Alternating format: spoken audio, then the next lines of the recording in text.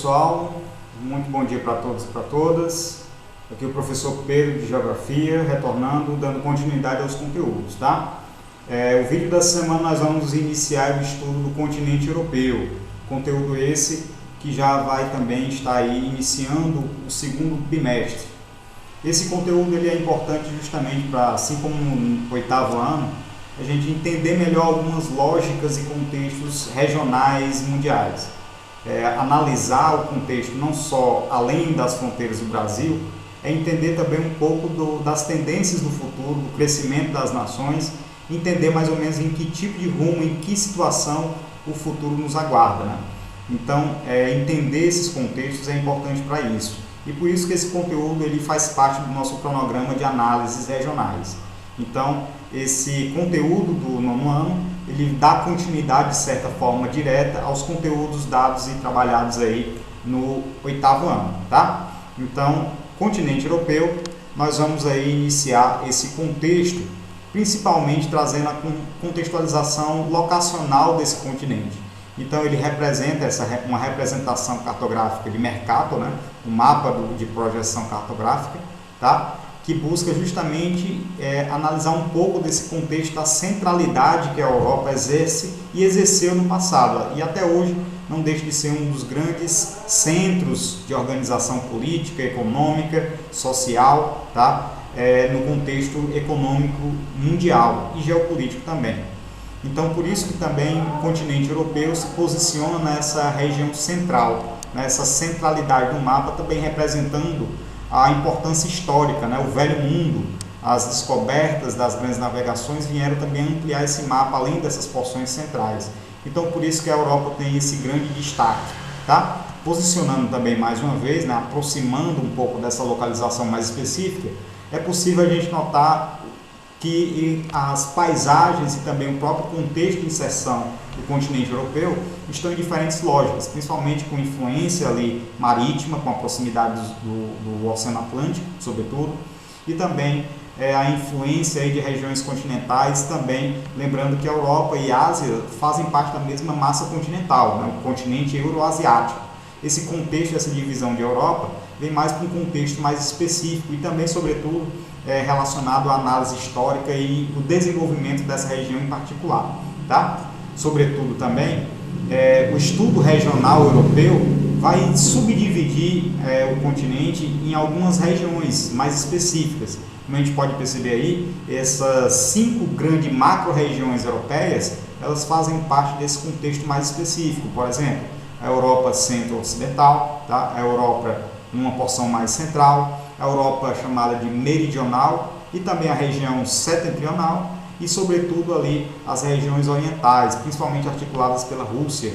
Então, essa divisão regional, ela é a divisão que, de uma certa forma, vai basear um pouco os nossos estudos. Lembrando que ela não vai ser a única divisão regional existente na Europa. Uma outra divisão regional que nós vamos ver um pouco mais para frente, talvez em outro vídeo, é referente à questão da Guerra Fria, né? Onde a Europa foi dividida em Europa ocidental e oriental. Então, essa regionalização do continente europeu, ela pode mudar de acordo com a análise que é escolhida, a abordagem que é escolhida.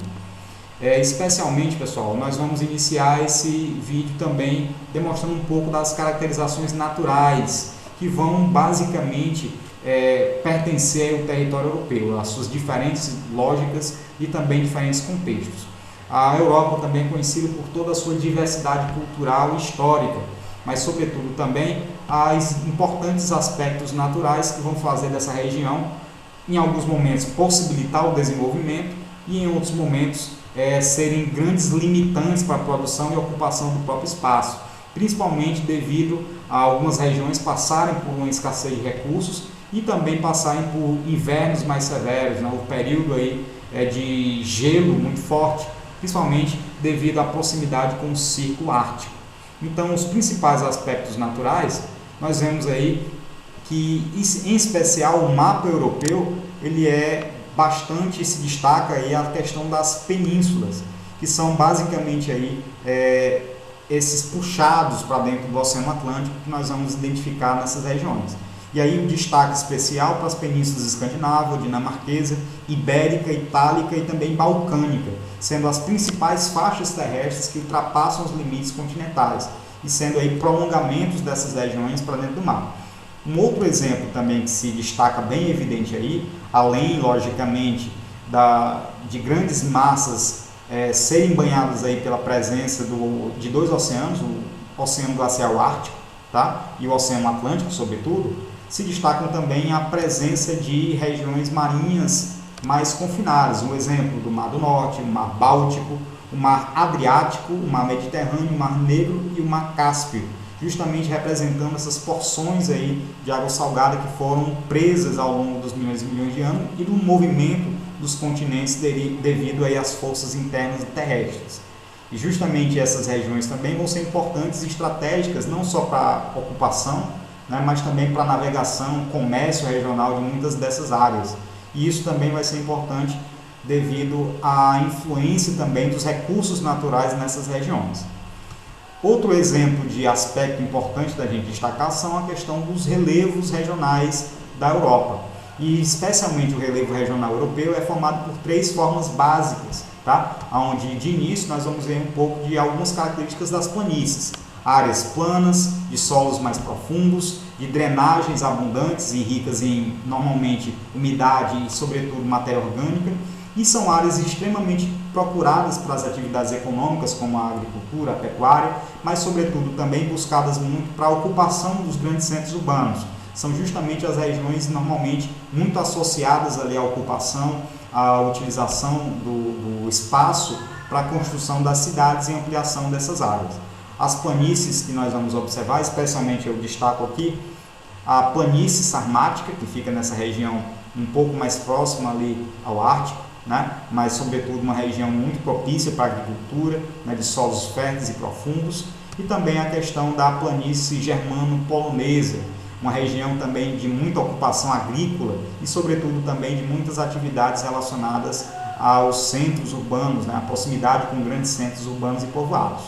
A segunda forma do relevo também de destaque dentro da região europeia são os grandes planaltos, que são regiões normalmente de topo um pouco mais aplanado, mas muito mais elevadas comparadas aí ao relevo regional, tá? Sobretudo, um exemplo disso são aí os planaltos centrais russos, que são regiões de grande ocupação aí, de áreas que são drenadas e também impulsionam a navegação regional. Outro exemplo também de planaltos são os planaltos lacustres finlandeses, né, que tem também uma relação muito forte com a proximidade de glaciares, né, de regiões ali de fiordes, e também recebem ali, durante o verão, o degelo dessas estruturas. E isso, logicamente, também é importante para a navegação, para a obtenção de recursos naturais. Sobretudo, também o relevo de talvez maior destaque regional dentro do continente europeu são as grandes cadeias montanhosas, formadas aos milhões e milhões de anos, principalmente pelo movimento da crosta terrestre e, sobretudo, também do movimento das placas tectônicas, o choque, o encontro desses grandes massas continentais. Então, o choque provocado por isso, logicamente, gerou grandes elevações na superfície terrestre, e elevações que chegam a ultrapassar, por exemplo, mais de 1,5 km de altura, tá? De altitude. Então, regiões formadas nessa característica, a gente pode destacar aí os montes Urais, tá? Outro exemplo também as regiões do Cáucaso e, sobretudo, também uma região dos Alpes Apeninos e também até os Alpes escandinavos, tá? Que também tiveram processos aí muito parecidos de formação. Outro exemplo de características, sobretudo, ambiental importante é a questão da hidrografia. A hidrografia, né, a densidade dos rios, a importância dos rios é, sobretudo, importantíssima para a questão do abastecimento das grandes regiões metropolitanas, das grandes cidades. E, além disso, também, parece um pouco óbvio, mas também as utilizações disso se dá principalmente à navegação, à obtenção de atividades, explorações agrícolas e pecuárias, né, de diferentes naturezas. Além disso, também o turismo regional, que é muito procurado também, impulsiona bastante a economia de muitas dessas regiões. Sobretudo, a presença de drenagens importantes se dá devido também à própria utilização e colonização histórica de muitos desses territórios devido à presença dos grandes rios. E um exemplo que a gente pode citar disso são em determinadas regiões, por exemplo, a região do Rio Volga, que é uma grande bacia hidrográfica importante e também, sobretudo, para atividades regionais dentro dessa área. Outro exemplo é o Rio Danúbio, que também apresenta ali características importantes de navegação, né, de obtenção de atividades agrícolas e, sobretudo, também do turismo. E outro exemplo também é o Rio Sena, que é uma importante drenagem também, que aí apresentou uma grande importância, inclusive histórica e também ambiental, tá? Outro exemplo de características naturais são as questões climáticas, né? A atmosfera regional, as características que ali apresentam. Então, os climas são bastante variados, desde, por exemplo, climas mais frios e mais secos, como os climas polares, tá? A questão de regiões de clima temperado, que apresentam ali a característica do período estacional, a variação e a obtenção aí de 4 estações bem definidas durante o ano, tá? O primavera, verão, outono e inverno, e além disso também a adaptação das espécies a esse regime.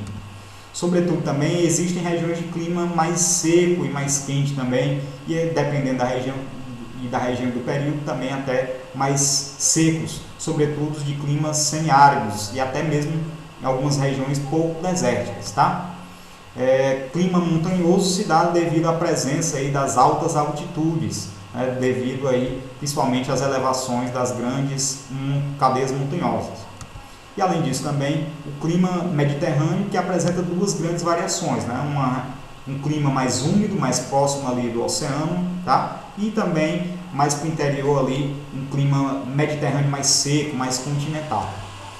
A vegetação também vai, logicamente, responder essas características de hidrografia, as características do clima, e também vão trazer importantes formações de vegetação específicas em determinadas áreas.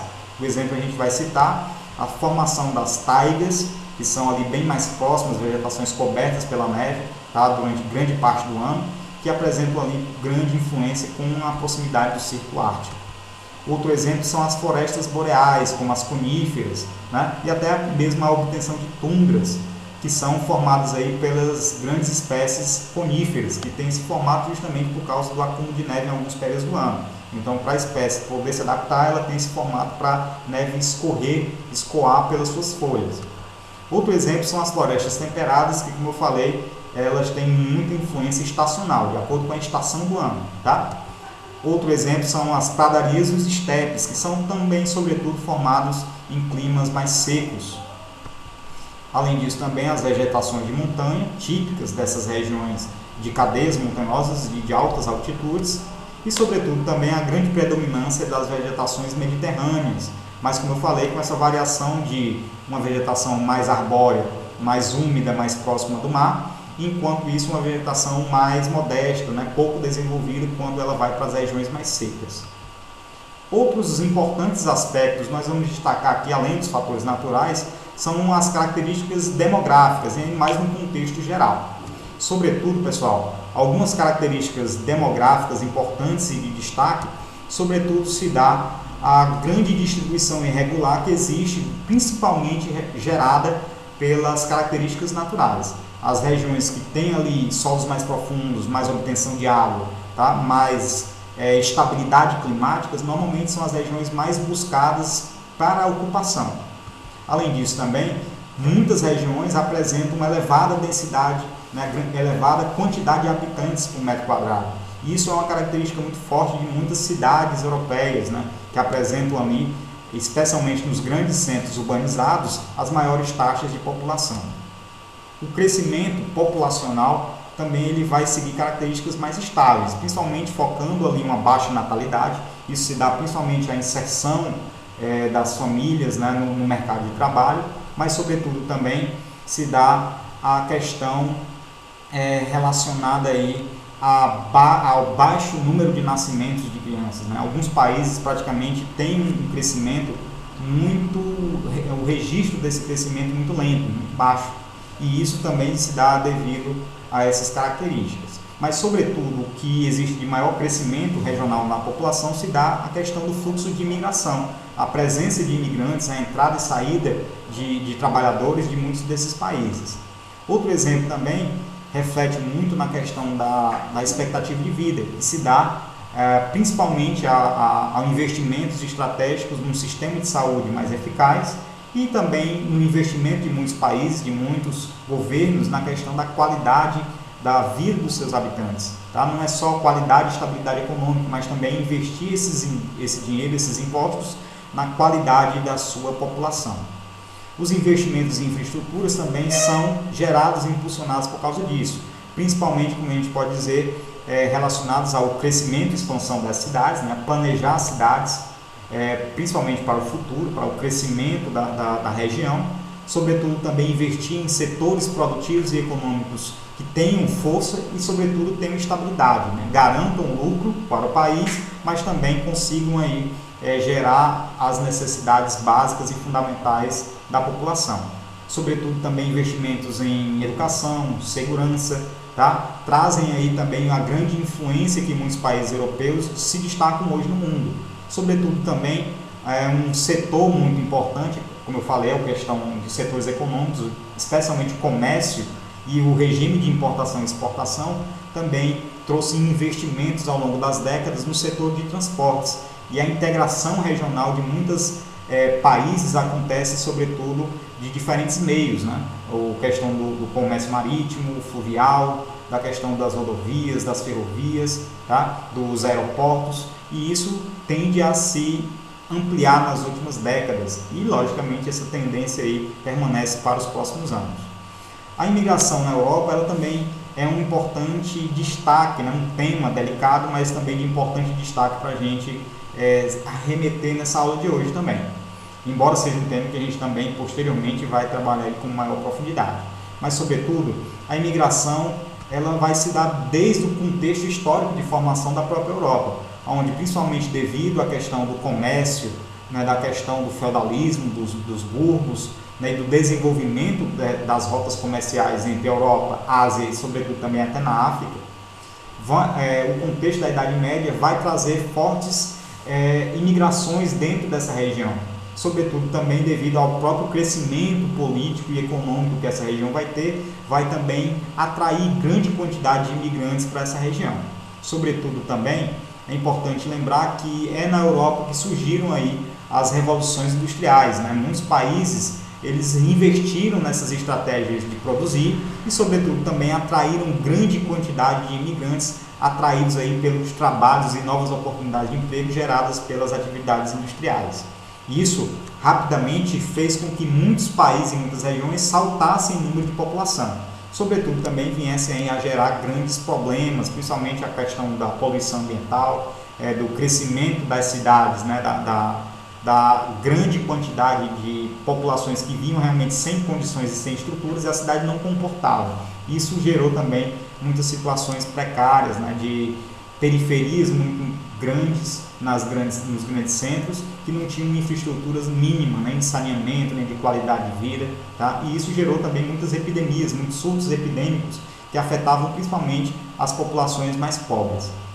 O contexto também das guerras mundiais, ele vai ser um contexto também que vai trazer fortes migrações, e sobretudo aos efeitos da guerra, né? Grandes regiões, grandes cidades eram bombardeadas constantemente, o número de mortes crescente, a destruição gerada no contexto pós-guerra também vai impulsionar que muitos desses países, né, muitas populações, famílias inteiras, fossem também praticamente aniquiladas, exterminadas como efeito da Primeira e da Segunda Guerra Mundial.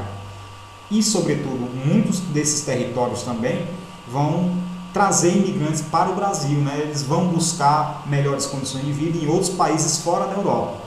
Com o fim da guerra, muitos desses imigrantes também vão retornar, mas também vão encontrar em um contexto específico da Guerra Fria, onde a Europa vai ser dividida em região ocidental e oriental, vindo aí ter duas grandes divisões físicas, como o Muro de Berlim, mas sobretudo a Cortina de Ferro, que também vão impedir muitos imigrantes, né, de retornarem para suas regiões europeias. E, sobretudo, também a vinda de imigrantes também vai ser impactada. Somente com o fim da Guerra Fria, já em meados aí de 89, no caso da Alemanha, mas sobretudo em 1991, com o fim da União Soviética, é que a Europa, de certa forma, vai poder desfrutar dessa abertura e dessa reentrada maciça de imigrantes. Sobretudo também na década de 90, nós vamos ter uma forte parceria dos países relacionado aí ao contexto da criação aí da União Europeia, do fortalecimento do euro e também do fortalecimento das grandes economias, Alemanha, Reino Unido,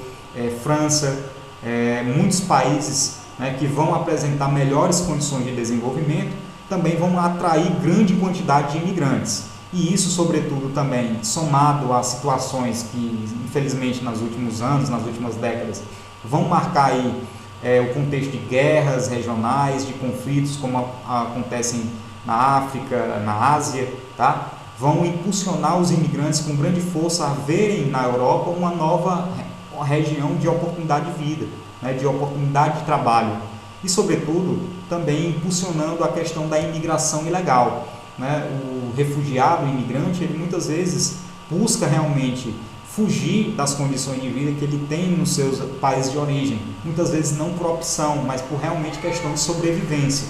Então, muitas vezes, esse ritmo frenético de imigração é tão grande que os países não conseguem comportar. E também, muitas vezes, vem a questão dos imigrantes com uma certa ameaça. E muitas vezes a cultura, né, a religião, o tom de pele desses imigrantes também fazem com que eles vivam em condições muito precárias, né, a questão da desigualdade e do racismo e, sobretudo, da xenofobia. A xenofobia é essa aversão, esse receio a culturas, a entrada desses imigrantes, né, veem eles como uma espécie de ameaça. Mas, como eu falei, os imigrantes eles migram muitas vezes não por opção, mas por questão de sobrevivência. E, sobretudo, também nos últimos anos, nós vemos aí a crise de imigração, a crise migratória que afeta muitas regiões da Europa, justamente porque ela é um grande centro de imigrantes, né? Ela recebe grande quantidade de imigrantes devido a essa busca por melhores condições de vida. Então, pessoal, a gente termina o nosso vídeo de hoje, tá? Trazendo um pouco desse questionamento relacionado à imigração na Europa. E, sobretudo, também, no próximo vídeo, nós daremos continuidade a esse tema, a esses temas também que virão aí relacionados ao continente europeu.